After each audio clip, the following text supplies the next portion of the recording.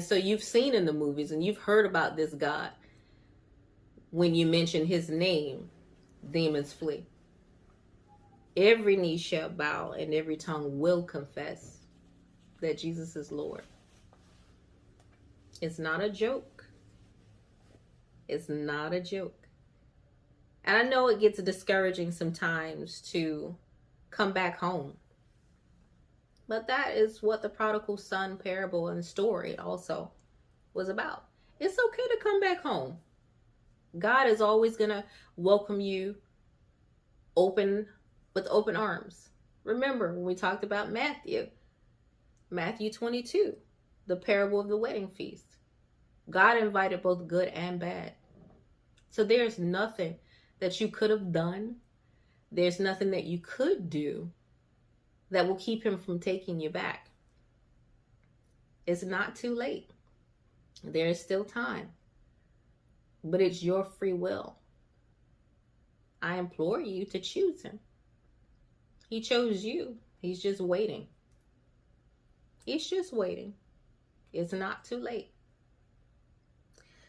So, verse 7 says, "You shall not take the name of the Lord your God in vain, for the Lord will not hold him guiltless who takes his name in vain." Verse 8, "Remember the Sabbath day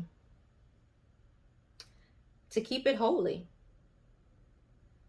6 days shall you labor, or 6 days you shall labor and do all of your work. But the 7th day is the Sabbath of the Lord your God. In it you shall do no work, you, nor your son, nor your daughter, nor your male servant, nor your female servant, nor your cattle, nor your stranger who is within your gates. For in 6 days the Lord made the heavens and the earth, the sea and all that is in them, and rested the 7th day. Therefore the Lord blessed the Sabbath day and hallowed it." A lot of people think that you have to be a 7-day Adventist to celebrate the Sabbath. This is a commandment and a decree. How does it hurt to relax from Friday night to Saturday night? If you did your homework and you dig into what the Sabbath means, as it stated here, God created everything in 6 days and rested on the 7th. And 7 is a holy number. He's giving you the time to take the rest, to come back to family in unity, to remember why you rested, or why he rested, or why we should be resting.